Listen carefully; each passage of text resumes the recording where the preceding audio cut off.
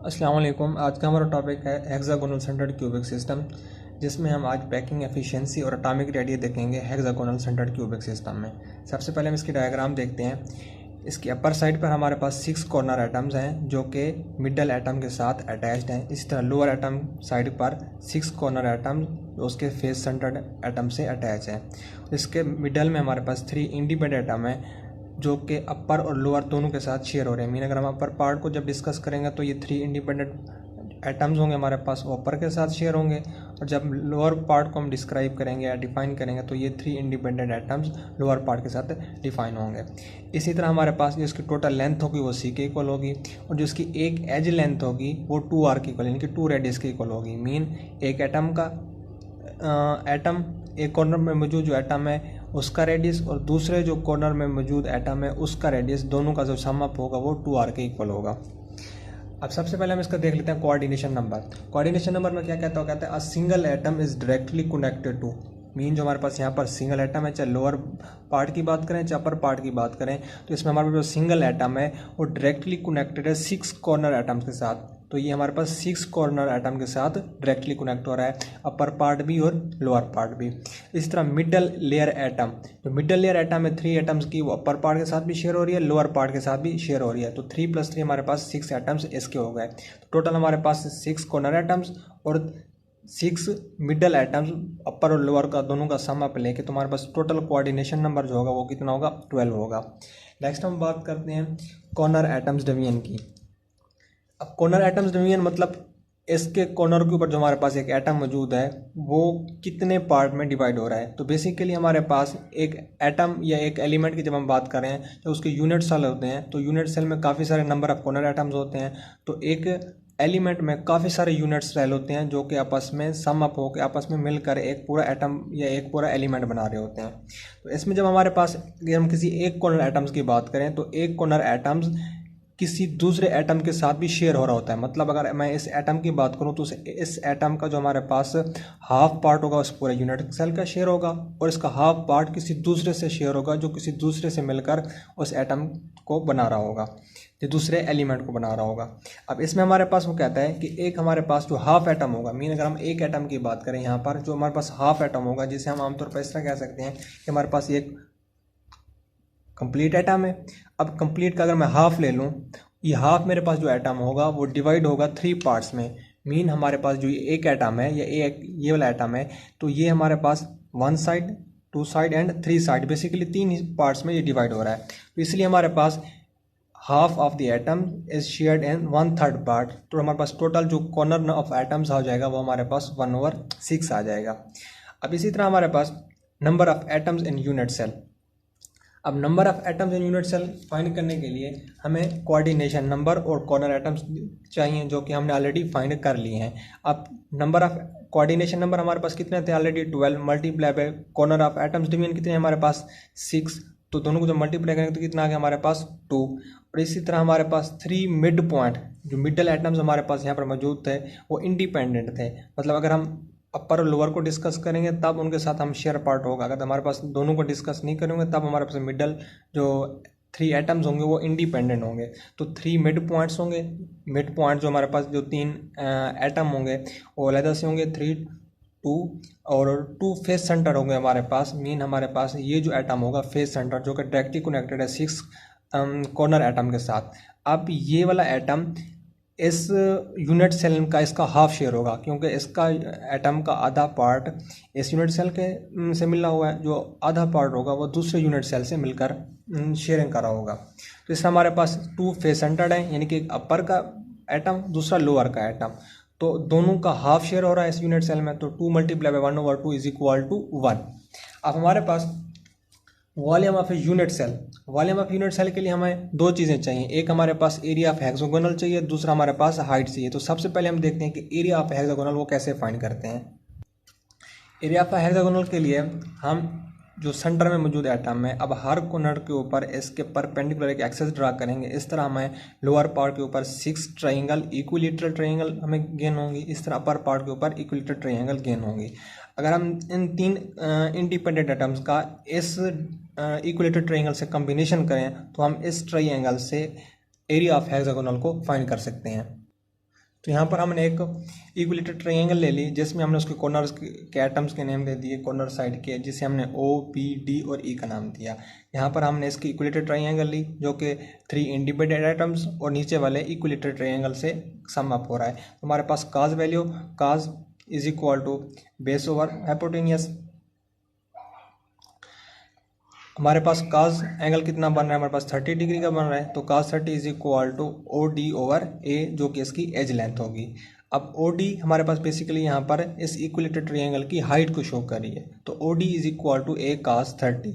हमारे पास OD is equal to A cos 30 की वैल्यू √3/2 होती है। अब इसी वैल्यू को हम एरिया ऑफ ट्रायंगल के एंगल फार्मूला में पुट कर देंगे। तो हमारे पास एरिया ऑफ ट्रायंगल क्या है, 1/2 multiply by base multiply by height.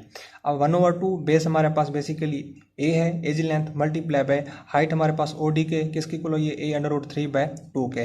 तो इन दोनों को जब मल्टीप्लाई करेंगे तो हमारे पास इसकी जो टोटल एरिया आ जाएगा ट्रायंगल का, इक्विलेटरल ट्रायंगल का, वो √3/4A²। अब चूंकि हमारे पास 6 इक्विलेटरल ट्रायंगल गेन हो रही थी, रिसीव हो रही थी, अपर पार्ट के साथ भी लोअर पार्ट के साथ, तो हम इसको 6 से मल्टीप्लाई कर देंगे। तो 6 मल्टीप्लाई √3/4A², तो ये हमारे पास एरिया ऑफ ट्रायंगल हो गया।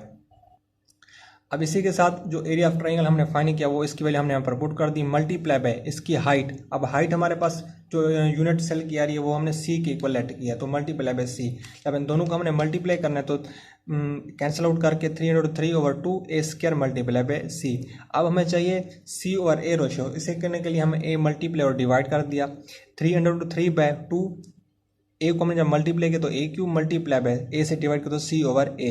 अब यहाँ पर C ओवर A रेशियो जो है हमारे पास वो आमतौर पर कांस्टेंट वैल्यू 2/2 ओवर √3। अगर वो आपको ऑलरेडी इसकी बता दे तो वेल एंड गुड, अगर नहीं बताया तो इसका भी हमारे पास ऑलरेडी प्रूव है जिसको हम सोल्व करके इसकी वैल्यू को फाइंड कर सकते हैं। अब C ओवर A का जो हम रेशियो फाइंड कर सकते हैं वो यहाँ से फाइंड करके वो कहता है हेक्सागोनल का जो कोऑर्डिनेशन नंबर है हमारे पास वो हमारे पास है 12।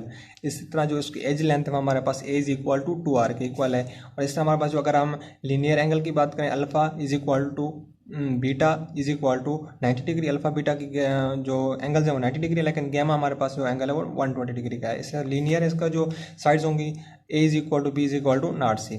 अब उसने हमारे पास उस 3 इक्विलेटर जो 6 इक्विलेटर ट्रायंगल्स हमारे पास आ रही थी उनमें से उसने इक्विलेटर ट्रायंगल ली।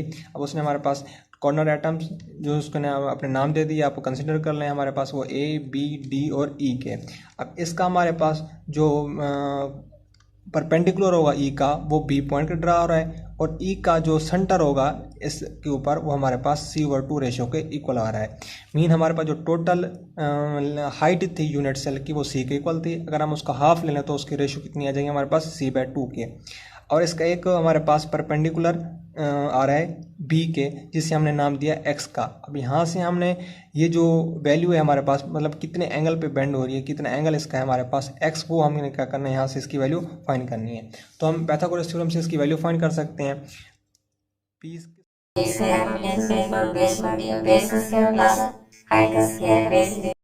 हाइपोटेन्यूज का स्क्वायर।